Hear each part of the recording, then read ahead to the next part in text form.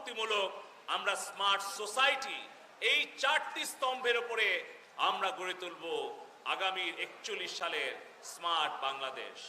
আজকে আমি আনন্দের সাথে জানাতে চাই, বিগত নির্বাচনে দ্বাদশ জাতীয় সংসদ নির্বাচনের ইশতেহার ঘোষণার দিন জননেত্রী শেখ হাসিনা বলেছিলেন, উন্নয়ন দৃশ্যমান, এবার বাড়বে কর্মসংস্থান। আমাদের ছাত্রলীগের নেতৃত্বে আমরা সারা বাংলাদেশের প্রায় 498টি উপজেলা, 64টি জেলায় এবং 1,90,000 শিক্ষা প্রতিষ্ঠানে 5 কোটি ছাত্রছাত্রীকে আমরা ডিজিটাল লিটারেসি, এআই লিটারেসি সম্পর্কে আমরা তাদেরকে সচেতন করে গড়ে তুলব। বর্তমানে যে 7 লক্ষ ফ্রিল্যান্সার ইন্টারনেটকে ব্যবহার করে তাদের মেধা এবং কম্পিউটারের শক্তিকে কাজে লাগিয়ে যারা বিলিয়ন বিলিয়ন ডলার বৈদেশিক মুদ্রা আহরণ করছে, আয় করছে, যে 20 লক্ষ তরুণ তরুণী কর্মসংস্থান জনাব সজীব ওয়াজেদ জয় ভাইয়ের সুযোগ্য নেতৃত্বে আমরা আমাদের প্রযুক্তি খাতে তৈরি করতে পেরেছি। সেই সংখ্যাকে আমরা আরো 10 লক্ষ বৃদ্ধি করে আগামী 5 বছরে আইটি সেক্টরে আমরা আরো 10 লক্ষ নতুন কর্মসংস্থান ইনশাআল্লাহ আমরা সৃষ্টি করব। পাশাপাশি আমাদের যে রপ্তানি আয়, আমরা আজকে আইটি ফ্রিল্যান্সার, আমাদের হার্ডওয়্যার, সফটওয়্যার, বিপিও সেক্টর, এখান থেকে যে আমরা $2 বিলিয়ন বৈদেশিক মুদ্রা আয় করছি, আমরা প্রযুক্তি খাতে আগামী 5 বছরে ইনশাআল্লাহ $5 বিলিয়ন আমরা রপ্তানি আয় নিশ্চিত করব। বঙ্গবন্ধু 6 দফা দিয়েছিলেন, যে অর্থনীতি মুক্তির জন্য, যে সামরিক স্বনির্ভরতার জন্য, যে প্রতিরক্ষা নিশ্চিত করার জন্য এবং অর্থনৈতিক সমৃদ্ধির জন্য। এবং বঙ্গবন্ধু বলেছিলেন যে রাজনৈতিক স্বাধীনতা তখনই সফল হয় যখন একটি দেশ অর্থনৈতিক মুক্তি অর্জন করে, আর রাজনৈতিক স্বাধীনতা, অর্থনৈতিক মুক্তি তখনই টেকসই হয় যখন একটি সাংস্কৃতিক বিপ্লব সফল হয়। বঙ্গবন্ধু ধাপে ধাপে ধীরে ধীরে ভাষা আন্দোলন থেকে 6 দফা স্বাধিকার আন্দোলন থেকে স্বাধীনতা সংগ্রাম শুরু করেছিলেন এবং সেই স্বাধীন বাংলাদেশের আধুনিক তথ্য প্রযুক্তির ভিত্তি, একটি উন্নত আধুনিক সোনার বাংলার ভিত্তি রচনা করে গেছেন। বঙ্গবন্ধু 1972 সালে ইউনিভার্সাল পোস্টাল ইউনিয়নের সদস্যপদ গ্রহণ করেন। 73 সালে ইন্টারন্যাশনাল টেলিকমিউনিকেশন ইউনিয়নের সদস্যপদ গ্রহণ করেন। 75 সালের 14 জুন বাংলাদেশের ইতিহাসে প্রথম তৎকালীন অত্যাধুনিক স্যাটেলাইট প্রযুক্তির বেতবুনিয়াতে ভূ উপগ্রহ কেন্দ্র স্থাপন করেন। বঙ্গবন্ধুর স্বপ্ন ছিল বাংলাদেশের নিজস্ব স্যাটেলাইট একদিন মহাকাশে উৎক্ষেপণ করবেন। বঙ্গবন্ধুর কন্যা জননেত্রী শেখ হাসিনা বঙ্গবন্ধুর সেই স্বপ্ন পূরণ করে 2018 সালে 12ই মে বঙ্গবন্ধু 1 স্যাটেলাইট মহাকাশে সফলভাবে উৎক্ষেপণ করেছেন। বাংলাদেশে আজ 13 কোটি ইন্টারনেট গ্রাহক, বাংলাদেশে আজ 19 কোটি মোবাইল সিম কার্ড।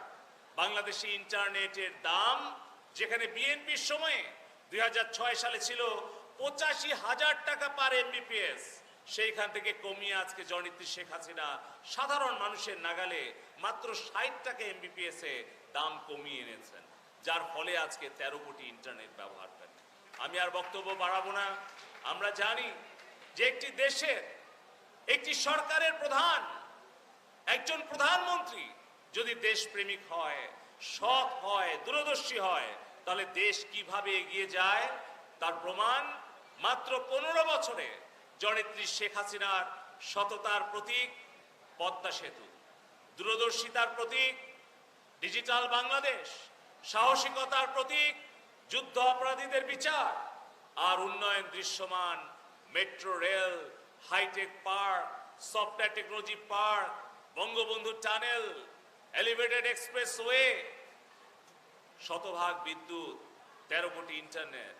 আজকে স্যামসাং এর মতো বিশ্ববিখ্যাত কোম্পানি মোবাইল ফোন বাংলাদেশের মাটিতে তৈরি হয়, অথচ এই মোবাইল ফোনের কোম্পানি স্যামসাং 2004 সালে বাংলাদেশে $1 বিলিয়ন বিনিয়োগ প্রস্তাব নিয়ে এসেছিল। সেই সময় আপনারা জানেন একটা কমিশন খোর যার নাম ছিল মিস্টার 10%, সেই খালেদা জিয়ার কুপুত্র, দুর্নীতির বরপুত্র, হাওয়া ভবনের প্রতিষ্ঠাতা তারেক জিয়ার লোভের বশবর্তী হওয়ার কারণে সেই সময় স্যামসাং ঘুষ দিতে অস্বীকৃতি জানানোতে তারা বাংলাদেশ থেকে বিনিয়োগ প্রস্তাব ফিরিয়ে নিয়ে তারা ভিয়েতনামে যে সেই বিনিয়োগটা করে। সেই স্যামসাংকে ফিরিয়ে আনতে আমাদের 15 বছর অপেক্ষা করতে হয়েছে। আবার জননেত্রী শেখ হাসিনার সততার প্রতি আস্থা রেখে বাংলাদেশে স্যামসাং ফ্যাক্টরি করেছে, যেখানে 2000 আমাদের তরুণ তরুণী কর্মসংস্থান হয়েছে। স্যামসাং এর শতভাগ ফোন বাংলাদেশে তৈরি হয়, 17টি মোবাইল ফোন তৈরি হয় বাংলাদেশে। ওয়ালটন, ভিশন, যমুনা, এই ইলেকট্রনিক্স কোম্পানিগুলো শুধু বাংলাদেশের refrigerator, air condition, LED, smart television তৈরি করছে না, ল্যাপটপই তৈরি করছে না, তারা কিন্তু বাংলাদেশের চাহিদা পূরণ করে এখন ইউরোপ, আমেরিকাতেও, এশিয়াতেও আমাদের বাংলাদেশের কোম্পানিগুলো এই ইলেকট্রনিক্স ডিজিটাল ডিভাইস তারা রপ্তানি করছে। এটাই হচ্ছে পার্থক্য অন্যান্য রাজনৈতিক দলের সাথে বাংলাদেশ আওয়ামী লীগের।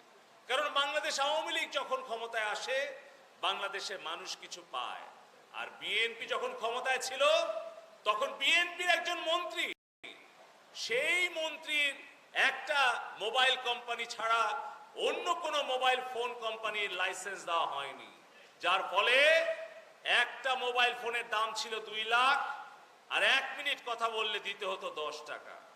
যে কারণে কিন্তু মোবাইল ফোনের প্রসার বাংলাদেশে হয়নি, প্রসার হয়েছে 1996 সালে জননেত্রী শেখ হাসিনা সরকারের দায়িত্ব গ্রহণ করার পর। আজকে যে সাবমেরিন কেবল, 3টি সাবমেরিন কেবলে আমরা যুক্ত। আপনাদের হয়তো 1992 সালে অনেকেরই বয়স কম ছিল। আমি দেখছি কলেজ, টেক্সটাইল কলেজের ছাত্রছাত্রী এখানে আছে, ঢাকা কলেজের ছাত্রছাত্রী আছে, ইউনিভার্সিটির ছাত্রছাত্রী আছে। 92 সালে এখানে কার, আপনাদের বয়স কত ছিল? এখানে আচ্ছা 92 সাল, এখন 24 সাল, কত বছর আগে হয় সোহাগ? আমি তো অঙ্কে খুব কাঁচা। হ্যাঁ, কত? 32 বছর না? এইখানে তোমরা কয়জন আছো যাদের বয়স 32-এর উপরে? আচ্ছা 32 বছরের নিচে বয়স কয়জন? হাত তোলো তো। হ্যাঁ, এই কারণে আমি বুঝি যে মাঝে মধ্যে সোশ্যাল মিডিয়াতে যদি কোনো এলাকায় একটু ইন্টারনেটে গতি কমে যায় তখন একটু আওয়ামী লীগ সরকারকে একটু বকাঝকা করে, আমাকেও ডাইরেক্ট অনেক গালাগালি দেয়। কিন্তু মনে হয় 92 সালে তোমাদের জন্ম হয়নি না? আচ্ছা এখানে কয়জন আছো 92 সালে পরে জন্মগ্রহণ করেছো? ও, এখানে তো প্রায় 90%। আচ্ছা তাহলে তোমরা আমাদের অনেক ছোট বয়সে। আচ্ছা এতক্ষণ ধরে আমি আপনি সামনে বলে যাচ্ছি তোমাদেরকে, তুমি বললে কোনো অসুবিধা আছে? আচ্ছা গুড। তো 92 সালে যখন তোমাদের জন্ম হয়নি সেই সময়ে বাংলাদেশ বিনামূল্যে সাবমেরিন কেবল কানেক্টিভিটি পাওয়ার সুযোগ পেয়েছিল। সাবমেরিন কেবল কি জানো তো? নাকি খালেদা জিয়ার মতো এটা জানো না? তোমরা জানো? তোমরা ছাত্র, এখনো কিন্তু ছাত্র জীবন শেষ করনি, কিন্তু সাবমেরিন কেবল কি, ফাইবার অপটিক্যাল কেবল কি, 4G নেটওয়ার্ক কিভাবে কাজ করে, স্মার্টফোনে কিভাবে চ্যাট জিপিটি চালাতে হয়, এগুলো তো জানো তাই না? কিন্তু আমাদের দুর্ভাগ্য বাংলাদেশে একজন প্রধানমন্ত্রী ছিলেন 92 সালে বিএনপির খালেদা জিয়া, উনাকে কেউ বুদ্ধি দিয়েছে যে সাবমেরিন কেবলে যুক্ত হলে বাংলাদেশের তথ্য নাকি পাচার হয়ে যাবে। উনি হয়তো বুঝতে পারেননি যে কোনটা সাবমেরিন যুদ্ধ জাহাজ যেটা পানির নিচে চলে, আর কোনটা সাবমেরিন কেবল যেটা দিয়ে ইন্টারনেটে ব্যান্ডউইথ আসে। যেই ভুলের কারণে ভারত, সিঙ্গাপুর, মালয়েশিয়া তারা প্রযুক্তি খাতে বিপ্লব ঘটিয়ে দিল, আর বাংলাদেশ 50 বছর পিছিয়ে গেল। এই কারণেই বলছিলাম যে একটি দলের নেতা, একটি দেশের সরকার প্রধান যদি দূরদর্শী মেধাবী না হয়, দেশপ্রেমিক না হয়, তাহলে সেই দেশ আগাতে পারে না। যে কারণে ৭৫ থেকে ৯৬ সাল আমরা আগাতে তো পারিনি, বরঞ্চ পেছনের দিকে চলে গিয়েছিলাম। যাই হোক, আজকের এই দিনে আসুন আমরা সকলে ঐক্যবদ্ধ হয়ে আমরা শপথ করি, যেভাবে রাজপথের আন্দোলন সংগ্রামে, ভাষা আন্দোলন থেকে মুক্তিযুদ্ধ, ৭৫ পরবর্তী সময়ে গণতন্ত্র মুক্তির আন্দোলন, ডিজিটাল বাংলাদেশ বিনির্মাণ থেকে আগামী স্মার্ট বাংলাদেশ বিনির্মাণের উপকল্প বাংলাদেশ আওয়ামী লীগের নেতৃত্বে সফলভাবে অর্জন হয়েছে। একইভাবে আগামী দিনেও আমরা আওয়ামী লীগ পরিবারে, ছাত্রলীগ পরিবারে প্রতিটি নেতা কর্মীরা আমরা নিজের জীবন দিয়ে হলেও আমরা বঙ্গবন্ধুর আদর্শ প্রতিষ্ঠিত করব, জননেত্রী শেখ হাসিনার রূপকল্প 2041 পূরণ করব, এই আশা এবং এই দৃঢ় প্রত্যয় ব্যক্ত করে আমার বক্তব্য এখানেই শেষ করছি। Be innovative and smart. জয় বাংলা, জয় বঙ্গবন্ধু, জয় হোক মেহনতি মানুষের, জয় অতি শেখ হাসিনা।